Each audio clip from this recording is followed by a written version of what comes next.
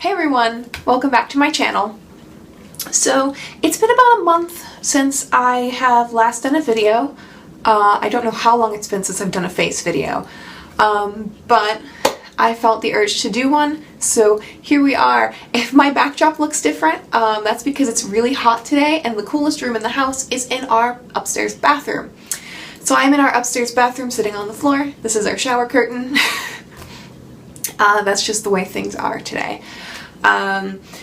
So I've decided to do a video that a lot of people have shown interest in and one I've been wanting to do for a while. I've been thinking about doing it for a couple of months. I think I mentioned it on my Instagram a couple months ago that I really want to do this video, and that was when a lot of people told me that they would really love to hear about it. But I've been kind of turning over and over in my head like how exactly I was going to approach this video, because the topic is how I write with the help of tarot, and I didn't feel like I had too much I could say that wouldn't be something that's coming directly from a book, so I had to think about it for a while to think of how I wanted to approach it to be able to accurately show you guys my process, because the way I use like the tarot with writing is very, very simple, but it has a really profound effect on my writing. And so I'm gonna try to walk you guys through it, and the way I'm gonna do that is I'm gonna have you grab a deck and work with me as we go through this, and we're going to build a story together. But first, before you run off and grab a tarot deck, I have show notes. This is why I keep looking over here. I'm going to take you through some books that have helped me use tarot with writing, and then I'm also going to tell you about how I choose a deck to help me with my writing. If you're interested in some really in-depth, really meaty ways of how you can use tarot with writing, there are a couple of, well, there's one book that I recommend specifically for the tarot, and then there's some other books that I recommend just in general for writing. So the book that I recommend for tarot and writing is Tarot for Writers. This is by, Corrine Kenner, and this is a great book. And this takes you through, it's also kind of a beginner's tarot book, so it takes you through the tarot cards, it takes you through the classic Celtic cross reading, but then I found it to be very useful for giving you some different, unique ways to work through tarot and writing. I haven't been through the entire book, even though I've had it since I started tarot, but it's a good one, and I do recommend it. Now, some other books that I recommend for writing, okay, I have a lot of them. So, if you're looking for ways to improve your writing over a very quick period of time, I highly recommend Gail, Carson, Levine's Writing Magic book. I'm going to try to go through these really quickly. This book is aimed at kids, but it's really an amazing book. It has no age range. Gail Carson Levine, if you don't know, she's a prolific fantasy author. She's a really, really good author. If you don't know the Elle Enchanted book, you probably know the movie with Anne Hathaway. The book is better. But she takes you through she does a chapter on a technique, and then she'll have you try that technique out with a bunch of prompts, and that you can do that over, I think she has you do it over, there are 30 chapters, so you could do it over 30 days. If you wanted to, you could do it for 30 weeks. It's really awesome. I worked through it, and I really liked it. Another indispensable book for writing is Linda George's fill-in-the-blank plotting. I'm surprised how few people know about this book. This is the best book ever on plotting. So if you're interested in writing a book and you want to make sure you plot it out all the way, fill-in-the-blank plotting takes you through the 3-act method, the hero's journey method, and it's an amazing book, and it allows you to then do fill-in-the-blank plotting. So if you want any info about plotting, if you don't know what the hero's journey is, you really need to know, you really need to make sure that you read this book. I have just two more other books. One of them is a prompt book by the San Francisco Writers Grotto called 642 Stories to Write. I was going to say writing prompts. It's a writing prompt book if you don't want to have to make up your own prompts or find them on the internet. This is just a great guide and it just has a ton of really interesting story prompts. Like, the only way we could communicate was via hand gestures, and time was running out. So if you need quick story prompts for practice or for fun, this is a good one. And then finally, hands down, the best book about writing that I've read that isn't about, that isn't like an instructional book, and that is Stephen King's On Writing.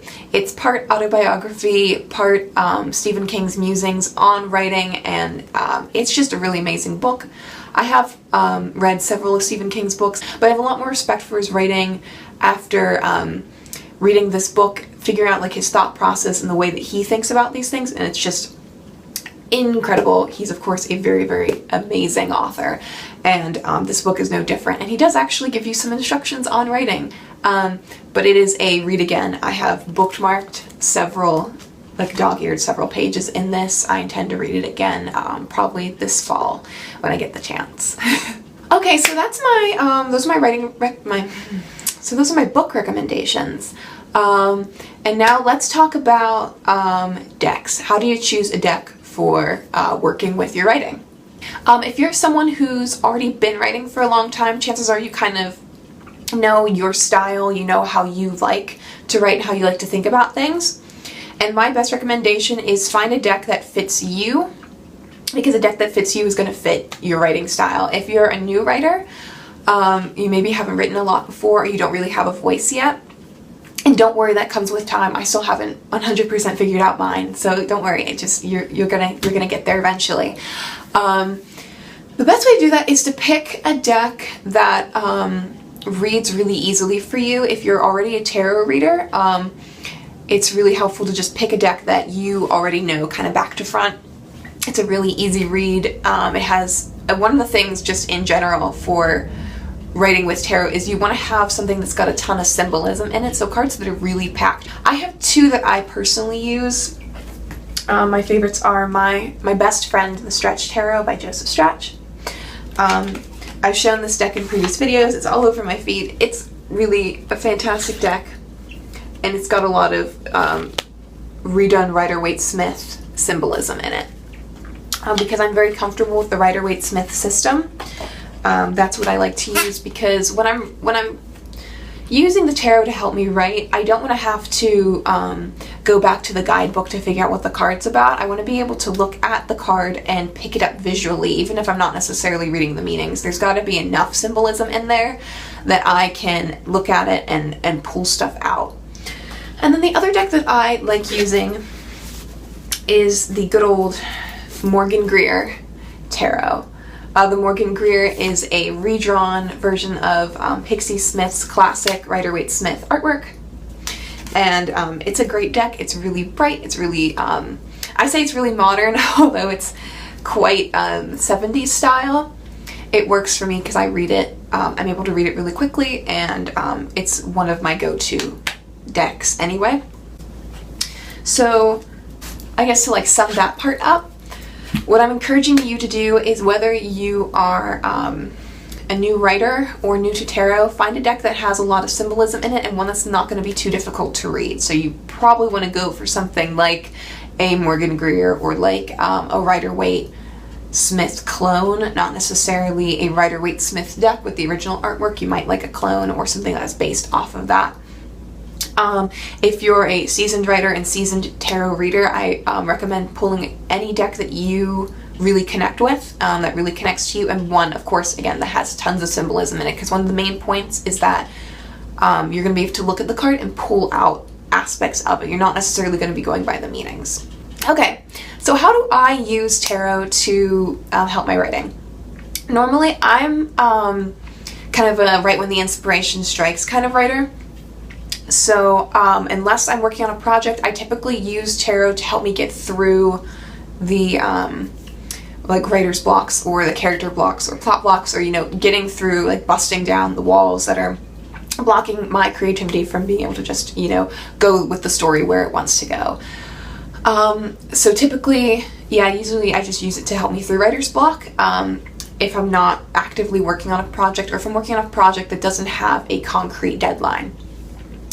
Now, the way I'm going to be showing you guys how to use it, because frankly, the way that I normally use it, you know, just drawing cards, it's really, honestly, it's just drawing cards. If I encounter a block, I'm like, I don't know where the scene needs to go. I'll shuffle, pull a card, and try to draw inspiration from that. So it's kind of, you kind of already have the basis for the story. A lot of times I'm, you know, already somewhere into the middle of the story by that point. And by that point I may already have an ending in mind, so I'm not using the tarot to create the story, I'm using it to just help me figure out how to get where it's trying to go. But the way I'm going to be teaching you guys how to use it, I'm going to be showing you how you can use tarot from the ground up to build your story from the ground up. So if you have a deadline and you need to create a story for something specifically, but you don't have like an idea in mind currently, I'm going to show you how you can use the tarot to but how you can pull that stuff out of the cards so you don't need to wait until inspiration strikes. And this is also, of course, you can use this when the well is dry and you don't have any ideas of what to write, but you want to write or you need to write. Look at my show notes. So, plot or character, which one do we start with first? For me, when I am just writing when the inspiration strikes me, typically I'm just writing with whatever came into my head first. If a character came into my head first, then I will write them into whatever scene I'm hoping to use to really get to know them as a character. If I have a plot idea first, of course I'm going to create a character and then just throw it in.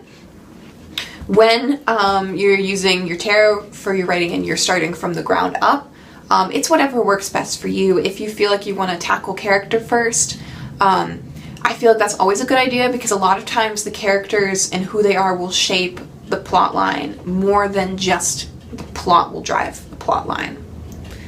Let me see if I can rephrase that. Who they are as a character will have an impact on the plot line. Sometimes not all plots are plot driven. A lot of times plots are driven by the character's actions. In this case, I'm going to make a character first, and I'm going to have you make a character along with me. So we're going to do that first, and then we're going to tackle plot, because for me, it just feels more natural to create a character first. So how are we going to do that? You're going to pause this video and you're going to go grab a deck based on the recommendations I had earlier when I talked about choosing a deck. And then you're going to come back, you're going to hit play, and then we're going to make a character. Okay, so now you're back, you have your deck. I'm going to use my Morgan Greer Tarot. And then how are we going to do this? We're going to shuffle. I'm looking at my show notes.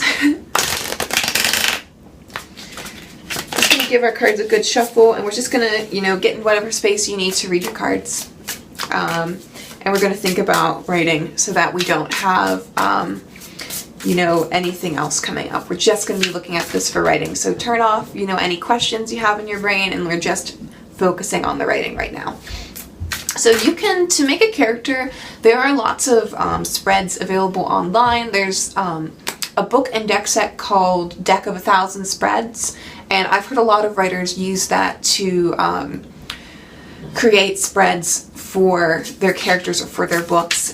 For me personally, I don't typically use a spread unless I'm trying to achieve something specific. In this case, I'm just creating a character. I'm just going to draw, I think, 2 cards, because one of the main things about using your tarot with your writing, like when you just use tarot for, you know, asking questions and things like that, you don't want to overwhelm yourself with too many cards. I typically only use 2 to 3. I use 2 because I find using 2 cards, they can play off each other much more than just 1 card can. And sometimes 3 if I want extra details. So the kind of things that we're going to be asking to find out about this character, or things we're going to be looking to find out in the cards, are things like, who is this person? What do they do? That's all I have written down, but you know, quirks about them, anything that could help us in rounding them out to make them like more of a human being. And of course, when you first create a character, they're going to feel very flat until you start writing with them, until you start to get to know them. I had a book that I was writing, a 1920s mystery that I never finished. The first several chapters are so... I have a really hard time rereading them because the character is really flat. I mean, you know kind of who she is, but you don't know who she is. And then by the end of the story, I'd gotten much more into the flow of writing her, and so you knew who she was. So when I go back to rewrite it, I'm going to have much more of an idea. And sometimes that needs to happen with characters. You just need to fool around with them until you find out who they are.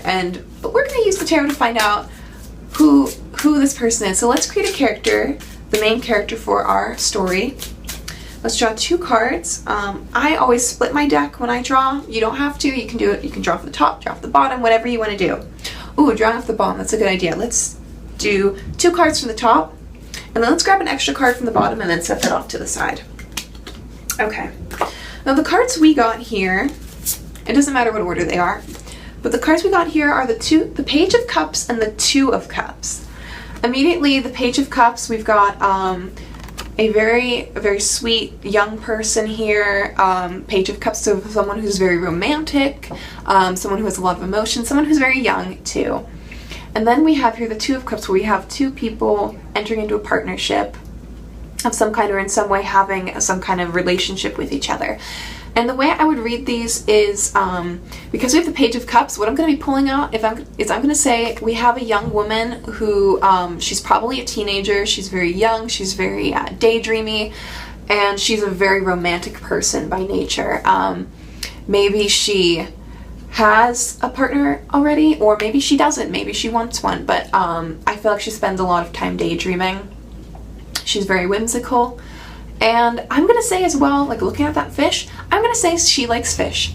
She has an aquarium, and one of her hobbies is, you know, taking care of her fish and learning about her fish. She's really big into her fish.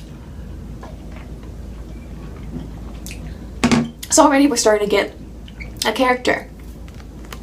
What could her name be? We could, you know, if we wanted to name her, we could just pull out a name. I feel like she's a very sweet person. So going off of Paige, I'm going to call her Paige. I have Paige, a teenage girl, very romantic, who has pet fish. And there we go. We've already created a character with 2 cards. We've already got a character. Of course, she's, you know, she's kind of flat. She's kind of one-dimensional so far, but we haven't got a chance to write with her yet. Now, I drew the card off the bottom and set that off to the side. And I'm going to say this is something Paige doesn't want people to know about her. Something that she knows that she doesn't want other people to know. So let's find out what that card is. Page of Swords. That's really interesting. We could read this a lot of ways. We could say everybody thinks, you know, she's very romantic, she's very daydreaming. Maybe she's actually, if we wanted to read swords, we could say she's actually a very smart person. She's really academically driven. Even though she daydreams a lot, she's actually a really good student. It's interesting, I'm really drawn to the background. One of the things I keep noticing in this card is the background. We have all these smokestacks, we have a lot of smoke in the background. This could be something like Paige has, maybe there's an old abandoned factory that Paige likes to hang out at, and people tell her it's really dangerous, but she goes there anyway because it's a good place that she can think, and it's a good place she can use her mental processes.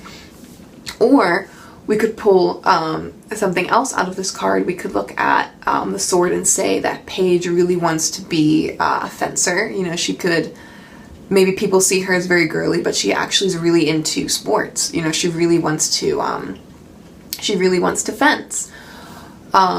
We could say that she, because this is, you know, this deck is very like theatrical and Shakespearean, we could say maybe she wants to be an actor, or we could have a 12th night situation where, depending on the time period the story takes place in, Paige could dress herself up as a boy, maybe to be on the stage.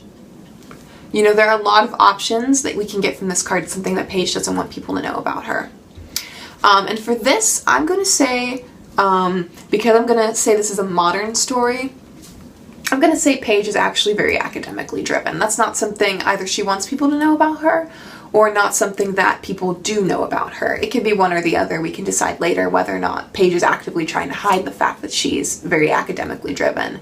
Maybe it's a protection mechanism that she pretends that she's all flighty and very emotional and stuff like that, so that people don't make fun of her for being really smart. So there we go. Already we've got a character, and she has some quirks, and she has some different things about her that people may not realize at face value. What can we do with that? Well, if we're really interested in delving more deeply into who Paige is the person, we can draw some more cards, ask some different questions. We could ask what her motivations are. We could ask some different things like that. Because we don't have a plot yet, I feel like asking what her motivations are we don't need to know that just yet. You know, let's let her build as a character as we move on to the next step, which is building the plot line. And I had you pull out some cards yourself. If you want to pause and take a look at them, write down anything you think based off of the way that we discovered Paige in the cards. So see if you can't create a character out of the 2 cards you pulled from the deck and then the one that you pulled from the bottom. And take a look, and don't be afraid to jot down anything that comes to mind. There are no bad ideas. Because you can always cross it off and decide what does and doesn't fit the character later on. The thing about the character exercise is you can do that with any characters that you're going to be writing in your book. In your story, I should say. You can do that for side characters, for antagonists, if you're going to have an antagonist in your story. You know, lots of different ways. Typically when I do side characters, because they don't need to be as developed as a main character, a lot of times I'll just draw 1 card. Oh, there we go. We've already got, we've got the Emperor. We could say this is Paige's father. Maybe Paige's father is a very studious, very sort of patriarchal man, you know, head of the household sort of thing. I like to see this card when I read as someone in a very high-paying, respected job, so like a lawyer or a doctor. So this could be Paige's kind of maybe slightly overbearing father, and we're going to say he's like a lawyer or something like that. And you know, he might not really figure in the story, but already we've gotten his character. Let's draw another card. 3 of coins. Let's say this is Paige's best friend. When you're drawing just 1 card, you know, you can pull out of anything. I'm going to say Paige's best friend is an artist. And I'm going to just go off the card and say it's a boy, and he's very sweet and artistically minded, and I'm going to say he works with stained glass. Maybe he makes stained glass windows or something like that. But regardless, he's a very artistic person. So you see already you've kind of gotten a basis for 2 different now side characters based off of just single card draws. So you know, you can do that. You can even do that with a main character if you want to. I personally always want to know a lot more about my main character. But that's something you can do. So now let's move on to making a plot. Now, I know a lot of writers say things like you need to have a beginning, a middle, and an end in a plot. I prefer to think of it more as having character, conflict, and resolution. Remember how I talked about a little bit earlier that character can influence plot sometimes more than the events of the plot itself because of how the character reacts to the situations and what kind of person they are. And in the beginning of stories, I tend to find rather than there being like a you know, just a beginning, like just a situation, you're kind of using the beginning to let the reader know who the character is. Even if we don't know the full extent of them, you know, we know enough of them to feel like we know them as a main character as we progress through the story. Because most of the time when we have things being set in motion, as the beginning tends to do, it tends to have, you know, the event that then starts the plot rolling. Typically, it's rather than just the event itself, it's how does the character react to it. If you had, you know, a tsunami wash through a town, and the main character, you know, you started the main character like right before the tsunami hit, or if you wanted to, you know, jump right into it right when the tsunami hit, you would have like how did the character react to it, and that's what builds the plot. And then you have a conflict that would come in at some point, and then of course to end the story you'd have to have the resolution. So I'm going to draw 3 cards for the plot, and it's going to be 2 cards on the conflict and 1 card on the resolution. And I always start out drawing only 2 or 3 cards just because, as I said earlier, you don't want to overwhelm yourself with the cards because too many cards can end up making you really confused. So when we start out, we're going to do 2 conflict cards and the resolution card. So let's shuffle.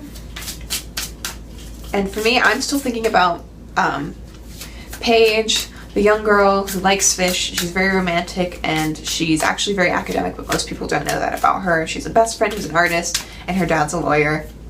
And I'm gonna have you, when you're doing this, thinking about whatever character that you wrote down. So, okay, now let's grab, 2 cards. I'm gonna grab a third and just set it off to the side for now. We're gonna look at the conflict. And the conflict is Ace of Swords and 6 of Wands. Ace of Swords, because I'm seeing swords again, I'm thinking this is something to do with Paige and her interest, you know, in being very academic. I'm gonna say Paige gets a scholarship to something, but because she doesn't really either believe in her academic abilities, or other people don't believe in her academic abilities, or something like that. Oh, even better, you know what I just thought of instead? There is a scholarship involved, but because we have the Six of Wands, we have someone else marching in, someone else who claims it instead of Paige. There's a scholarship up for offer at Paige's school, and someone else is looking like the clear winner. This is going to be, I think, there's always those rivals in teen school movies and things like that. This could be her rival. This could be someone else who is much smarter than Paige is, who people see as kind of a teacher's pet. They're, you know, very victorious in their academia. They're very passionate about school, and so they're marching in to get that scholarship. But Paige really wants the scholarship. It's something she really wants. Maybe it's for a school that has a really great marine biology program, and so because she's really into fish, you know, she wants to get that scholarship so she can go to that school. And then because we have that, so we've got the conflict, and it's not much of a story yet, is it? You know, just having the conflict, just knowing that there's a scholarship for grabs and someone else is marching in there to grab it from her. What we can do at this point is we can draw more cards. We can start writing and see what happens. We can, you know, think about it a lot more, because it's tempting to reach for more cards and let the tarot tell the story. Instead, I'm going to say let's pause and think about it for a minute. Let's think about what we know about our character, you know, and do this with the character that you created. Let's think about what we know about that character and how would that character approach this issue, and then how would it blow up into, you know, maybe a lot more than they expected at first. Because that's one of the main things about plots, is typically the characters approach the situation in a way that's not the best for conflict resolution. And so everything gets kind of blown out of proportion. You kind of need, for a good story to happen, everything to kind of get blown out of proportion, and then for them to be traversing this new territory in order to figure out how they're going to, you know, find that resolution. And so let's stop and think about this. Now, what we know about Paige is we know that she's a very dreamy person. Maybe she imagined she was getting the scholarship. She daydreamed the fact that she could get the scholarship. And so when she sees that someone else is applying for it, she starts to get really nervous. Maybe she gets very jealous of this other person for, you know, marching towards what she feels like is her scholarship. Now, maybe this other person doesn't even know that Paige wants the scholarship at all. So instead of there being able to have, you know, like a friendly competition for it, maybe Paige starts to play dirty if she thinks she can knock them out of the running so that she has a better chance of winning the scholarship, because she knows she can do it because she's very academically driven already. So that kind of is going to blow things out of proportion, especially if Paige starts to try to sabotage this other person because she feels jealous. What is that going to roll into? If we've got, if we say, you know, she's like in high school or something like that, what does she start doing that then causes a lot of upheaval? Maybe the other person doesn't even know that Paige is doing this. So there's this level of everybody, you know, pointing fingers at other people, like you're doing this and you're doing that, and it's getting, you know, maybe it gets someone Paige knows in trouble. Maybe it becomes a bigger issue. Maybe it starts other people thinking there's a free-for-all vendetta, and so people start taking out other people. If you wanted to go like Pretty Little Liars, and I've never watched the show, but from what or read the books, from what I know, there's someone who's causing a lot of havoc under the name of A. So maybe you have Paige started doing stuff under a pseudonym, like, you know, leaving like some kind of cryptic, like the Black Cat sort of thing. And then everybody else started piggybacking on that. And so now you have several people acting as the, you know, whatever this new person is who's out there taking revenge on people. And maybe Paige herself becomes the victim of some kind of, you know, revenge plot. Maybe you're gonna go like the Stephen King route and write a horror novel about then all these kids like taking revenge on each other in like really depraved and twisted ways. And so just you can see from these two cards and a little bit of just thinking about it and just throwing out ideas, now we've got this whole idea for a plot, just like that. And we could even then, at this point, draw more cards on it to find out, like, what kind of repercussions start happening at Paige's school for the people who get caught, you know, trying to take out vendettas against people. Or do rumors start circulating, and who do they start pointing fingers at that couldn't possibly have done it, but maybe they did, and, you know, it's a rumor. And then what other rumors start that are, you know, red herrings, and then how does that affect people? Because, you know, all of these actions have consequences. And also, there we have something else about Paige that people didn't know, is that she's got a bit of a jealous streak. She can be a little bit vindictive, but maybe things, of course, spiral out of her control. And then how does she stop it? And that's where our resolution card now comes in. So I just drew one card for the resolution. Of course, when you have a story that, you know, would be manifold like this, you would have several different smaller plot lines. Like you might have someone gets falsely accused of something. Maybe people start pinning stuff on someone else, and so then you'd want to wrap up those storylines too as you get to the end. But we're gonna just draw a card and see what the resolution is. Oh, King of Cups, interesting. So again, we've got the cups coming up. So this would be reading just off the tarot. This would be like a very like feel-goody kind of ending. Maybe everybody learns their lesson. You know, it's a little bit happy-go-lucky. Maybe there's someone they didn't expect. Someone who's a really kind and caring teacher who steps in. Maybe Paige confesses to someone that she's doing it to a teacher that she really trusts, and then that teacher tells her, you know, to make a clean breast of it and to apologize and then to make it all stop.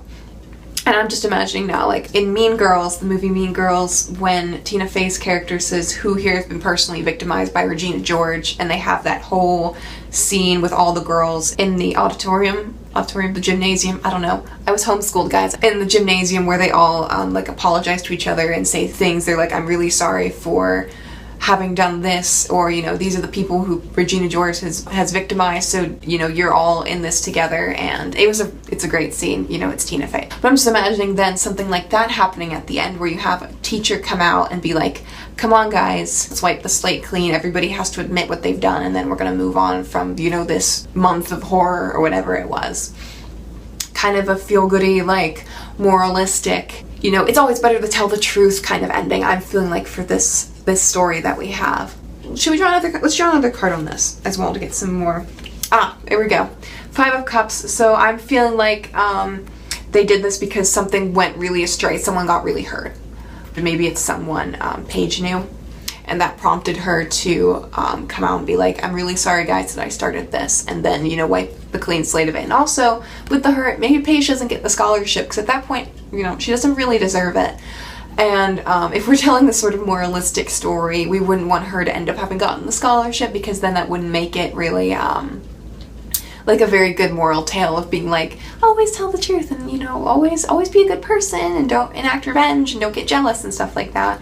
So I feel like, you know, it's not a super happy ending. You know, she doesn't get what she wanted at the end, but everything ends up better in the end anyway, because, you know, they end up fixing what they broke. And there we go, we've got a plot. And there we have it. We have our main character, we have our plot. I encourage you to pick the cards, you know, and start writing down ideas as well. And I'd really love to hear what you come up with down below. Let me check my show notes to see if there's anything else I wanted to say. Okay, there is some other stuff that I wanted to say. When we're writing, for people who aren't experienced writers, the process of writing is really, how did I write it down? Part inspiration and part of what just happens along the way. It can a lot of times be you have an idea for a scene or characters, or you just work off a prompt or something like that, and, you know, you're partly going upon like, here's what's happening, but also you might find stuff that just comes out along the way, stuff that makes the story good. Like in our story about Paige and this vendetta, this school vendetta that happens, maybe we have, you know, a cousin who pops out that we didn't expect to be a big character, and now this cousin has like their own mini storyline going on. Or maybe we have something take a strange turn where like we didn't expect for Paige, and, you know, maybe the person that she was jealous of for the scholarship, maybe even though they don't know that she's trying to get revenge on them and trying to knock them out, that maybe they become friends, and then maybe Paige realizes they're not a bad person after all. You know, you have all these things that you can't really predict happening even when you have a super detailed plot. Sometimes these things just pop out, and then you have to work with it as you come across it. And when that happens, I always encourage people to like go with it, whatever happens during the time that you're writing. Keep it in and see if it works. If it doesn't work, you can always take it out again and stick it in later, or just cut it from the story entirely. Sometimes, you know, you try to go off on tangents and they don't quite work, and that's okay. But a lot of the times, you might be surprised what happens and where things end up going. So how would I tell you how this worked for me in a very, very concrete way? And that is back last year in 2017, around October, I got the chance to work with an amazing group of women to produce a Yule-themed story anthology called Elves, Spells, and Christmas Bells. And for that, I didn't actually have a story idea in mind, except that I knew it had to, of course, be around Yule. And because I was going to aim for something witchy, I wanted to have, you know, some real practices to the story, and I wanted to include ghosts as well. So those were just a few things that I knew I was going to do, but I didn't really know anything else. So what I did was I took my trusty little notebook that a friend made for me, and I started drawing cards.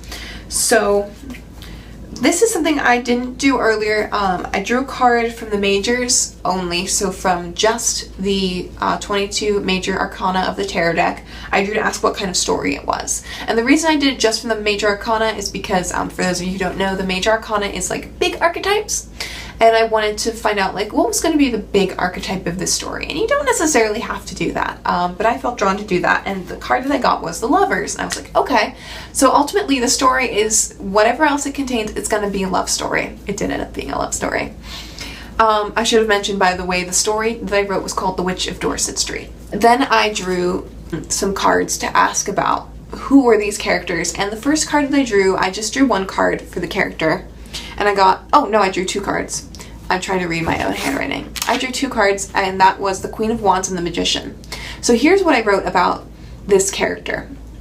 I read that this character was a powerful witch, older than convention, who turns her face to light, someone who tries hard to see everything from a positive point of view, and has a very fiery personality. And that ended up becoming the character of Faith, the witch in The Witch of Dorset Street. She is the witch for which the story is named for. I wrote down all of these things just to see what happens, and the only ones that really stuck were the fact that she's a witch. She's actually a very good person, but she has a very prickly exterior. So that did change slightly, and she's younger. Like the Queen of Rods, I was originally envisioning a woman in her 30s. She's, I think, 19.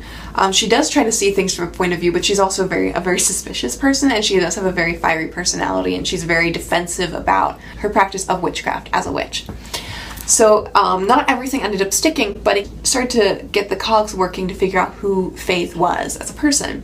So I drew some themes, and this was for my own idea of shaping. I just read Stephen King's On Writing. I had been reading a lot of other books that talked about like overarching themes of stories, and having people reading, you know, really into your stories and finding, you know, great themes of, you know, morality or whatever. And so I was kind of like, I decided to draw on that, and I got the star and the sun.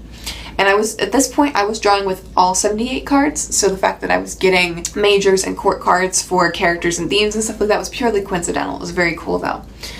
So what I wrote is that this will mainly be a positive story about discovery and lasting happiness with a happy partnership, because again, I was thinking about the Lovers card. Learn to live your truth out in the open, and then the witch must draw the spiritualist out of the shadows and into the sunshine.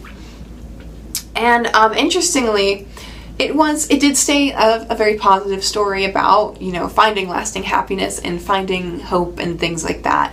And in this case, it actually ended up being the opposite way around. Rather than the witch drawing the spiritualist out into the sunshine, it ended up being the twins, Frederick and Bonnie, drawing the witch Faith out of her like suspicion and her shadows and her mistrust, and into the light, and finding people who she really got along with and really ended up caring for by the end of the story.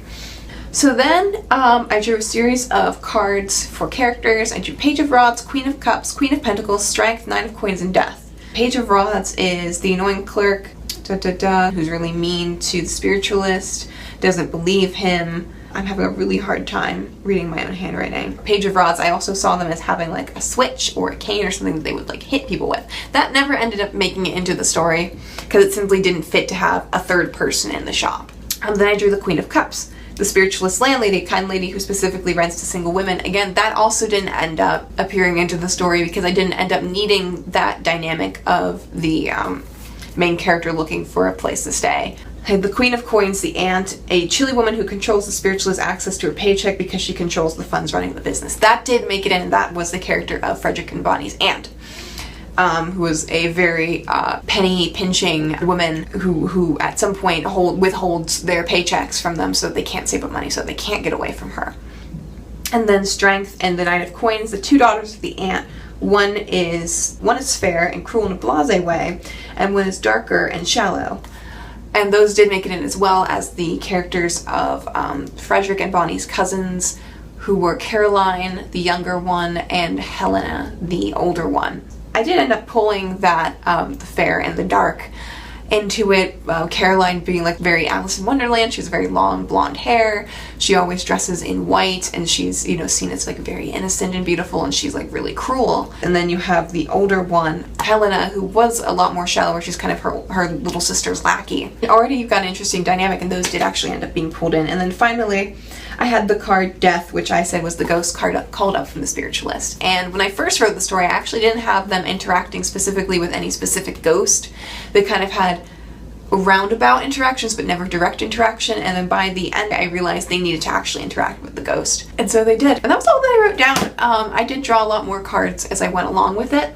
But as you can see, that was how I used this and wrote down anything, and then started to work on the story. And I used the fill-in-the-blank plotting method to plot through the story, and I think it came out pretty well. If you want to read the story for yourself, the link will be down below in the description box. It'll be in Amazon. So basically, being able to get the foundation down helped give me the space to then allow my creativity to take over and shape the story how the story wanted to be shaped. I know that sounds a little bit just mysterious, you know, it sounds very mysterious, like, ooh, the story wanted to be shaped anyway, but you know, it's just the way that your creativity ends up taking you, and it can take you in strange directions that you can't predict beforehand. So, but having that foundation really just helped me to have a firm baseline, so I knew we were going to stick, like I knew, and in the end, by the end of it, I wanted it to be a love story, and by the end it was. And yeah. This has been a really long video, you guys. When I come back to edit it, hopefully I'll be able to cut out a lot of ramble. I haven't filmed for a while. I feel like I'm not as clear and concise as I could be, but hey, it's whatever. So I hope you guys really enjoyed this. I hope you found this video helpful. I would really love to know what you guys come up with as far as characters and plot, if you worked alongside me as we came up with Paige, and do let me know down below in the comments section. I have actually been writing a story collection. It's currently out with my beta readers. Hopefully they'll be done with it sometime this fall, and then I'll be able to release it on Amazon. And I'm so excited for that because it has just a bunch of great stories that I've kind of been writing off and on for the past 5 years. I'm really proud of what I've written, and Tara has helped me along the way. And it's just, I'm really excited for it, and I can't wait for you guys to be able to read that. And I will let you know when that happens. And you'll probably find most of my information about that not on YouTube, but on my Instagram, which is A Modern Unicorn. So thank you guys for watching. I hope this helped. Give it a big old thumbs up if you liked it. And yeah, so happy fall. Go in peace. Write lots. Read tarot. Have fun. I'll hopefully talk to you guys soon. See ya. Bye.